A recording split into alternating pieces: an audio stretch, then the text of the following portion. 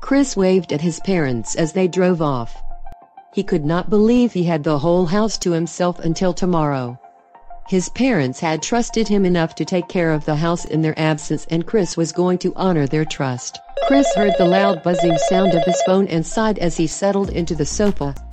His friend Jack had been trying to convince him to throw a party ever since he told him about his house being free. I am not throwing a party. Whoa. I wasn't calling you about any party. You don't have to scream my ears out. Sorry about that. I didn't mean to shout. It's fine. I just wanted to let you know that a couple of boys in our class are coming over. I was going to enjoy the solitude that came with being alone. Can't you tell them not to bother? He was not looking forward to having boys from his class come over, as they often played rough and broke things. Funny story, but we are outside your driveway right now. Chris peeked through his window and was shocked when he saw Jack and some boys from his class standing outside his door. Chris went ahead to open the door and invited them over. He pulled Jack aside into the kitchen while he left the others to play video games. Why didn't you check first before inviting them over? I am sorry, but they kept saying they wanted to surprise you, and you actually looked surprised when you saw us. I told you to stop making faces like that. Just as Chris and Jack returned back to the living room, they heard a loud crash and quickly went towards the direction of the noise. What did you do? Chris shouted angrily as he took in the sight before him. Ryan had broken his mother's new vase, and he was tempted to start crying at that moment. I am sorry, I didn't know I was going to hit them. My parents are going to be so disappointed in me. You don't have to tell them it was you.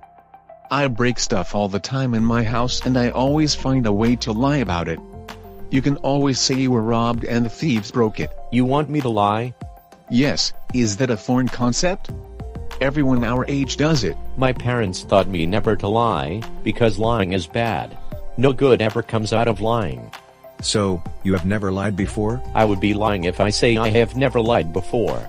I, however, don't do it anymore, and neither should any of you in this room. You mean, you would tell your parents the truth about the figurine? Yes, I will. I can't wait to hear how this turns out. Trust me guys, it wouldn't be any good. Mom, Dad. Your mother forgot her passport at home, and so we had to rush back down here. Although I would like to know what is going on here. Good afternoon, Mr. and Amp. Mrs. Dew.